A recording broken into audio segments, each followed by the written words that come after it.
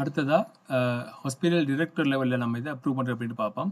Hospital director வந்து user நேமை கொடுத்து பாஸ்வேர்ட் கொடுத்தது பிறகு ஹாஸ்பிட்டல் டிரெக்டர்ன்ற ரோலை வந்து செலக்ட் பண்ணி சேவ் பண்ணாங்கன்னா அவங்களுக்கு மெனு ஒன்று ஓப்பன் ஆகும். இதில் அதே மாதிரி ஃபோகாஸ்ட் எஸ்டிமேஷனுக்கு போயிட்டு ஹாஸ்பிட்டல் ஃபோகாஸ்ட் எஸ்டிமேட் என்ற லிங்கை கிளிக் பண்ணதுக்கு பிறகு மை பெண்டிங் அப்ரூவலில் நான் கொடுத்த அந்த எஸ்டிமேஷன் உங்களுக்கு இதில் காட்டும். இதில் வந்து டிரெக்டரால் இந்த வியூ ஐட்டமை கிளிக் பண்ணி உள்ளே இருக்கிற ஐட்டம் லிஸ்ட்டை வந்து செக் பண்ணக்கூடிய மாதிரி இருக்குமோண்டா வேணும்னு சொன்னால் டிரெக்டர் என்ன செய்யலாம், இதை சேஞ்ச் பண்ணுறேன்னு சொன்னால் அவர் சேஞ்ச் பண்ணி சேவ் பண்ணலாம்.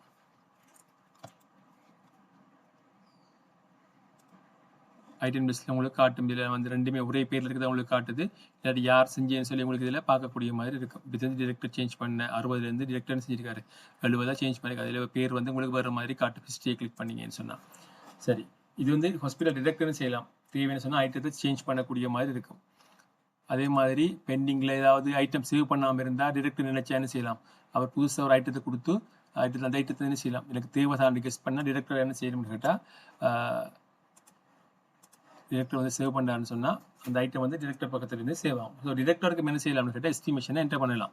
டிரெக்டர் லெவல்லையும் எஸ்டிமேஷன் என்டர் பண்ணலாம். இப்போ நமக்கு வந்து டிரெக்டர் வந்து எஸ்டிமேஷன் என்டர் பண்ண தேவையில்லைன்னு சொன்னால் டிரெக்டர் என்ன செய்கிறது, இந்த வியூ எஸ்டிமேஷன் லிங்கை கிளிக் பண்ணி இந்த எஸ்டிமேஷனை வியூ பண்ணலாம். ஆனால் இந்த இடத்துல மாடிஃபை பண்ணிடாது, உங்களுக்கு ஜஸ்ட் வியூ பண்ணலாம். ஸோ அவங்க செக் பண்ணி இந்த எஸ்டிமேஷன் ஓகே தான்னு சொன்னால் ஒன்று அப்ரூவ் பண்ணலாம், இல்லாட்டி எமெண்ட் பண்ணலாம்.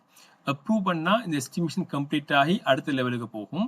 எமெண்ட் பண்ணால் இந்த எஸ்டிமேஷன் ரிவர்ஸ் ஆகி திருப்பியும் சீஃப் ஃபார்மசி லெவலுக்கு வரும்.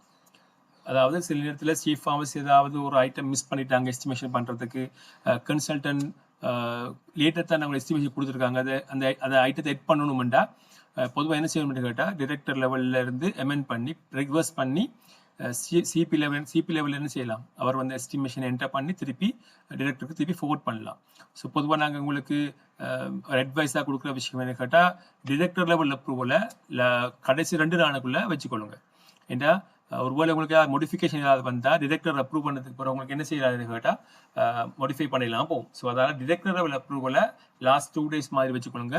அதுக்கு முன்னுக்கும் உங்களோட ட்ரக் ஸ்டோர் ஃபார்மசி என்டர் பண்ணுறது, சிபி என்டர் பண்ணுறதெல்லாம் கம்ப்ளீட் பண்ணி முடிச்சு வச்சுக்கொள்ளுங்க. சரி, இப்போ நான் அப்ரூவ் பண்ண கிளிக் பண்ணால் இந்த எஸ்டிமேஷன் வந்து அப்ரூவ் ஆகி நெக்ஸ்ட் லெவலுக்கு போகும். இது லைன் மினிஸ்ட்ரி ஹாஸ்பிட்டல்னு சொன்னால் டிரெக்டாகவே எம்எஸ்டிக்கு வியூ ஆகும். இது டிவிஷனல் ஹாஸ்பிட்டல், அதாவது ப்ரொவிஷனல் ஹாஸ்பிட்டல்னு சொன்னால் டிவிஷனல் ஃபார்மசிஸ்ட்டுக்கு இது வந்து ஷோ ஆகும். ப்ரொவிஷனல் ஹாஸ்பிட்டல்னு சொன்னால் டிவிஷனல் ஃபார்மசிஸ்ட்டுக்கு ஷோ ஆகும். லைன் மினிஸ்ட்ரி ஹாஸ்பிட்டல்னு சொன்னால் டிரெக்டாக எம்எஸ்டிக்கு இது வந்து கம்ப்ளீட்னு சொல்லி ஸ்டேட்டஸ் எங்களுக்கு பார்க்கக்கூடிய மாதிரி இருக்கும்.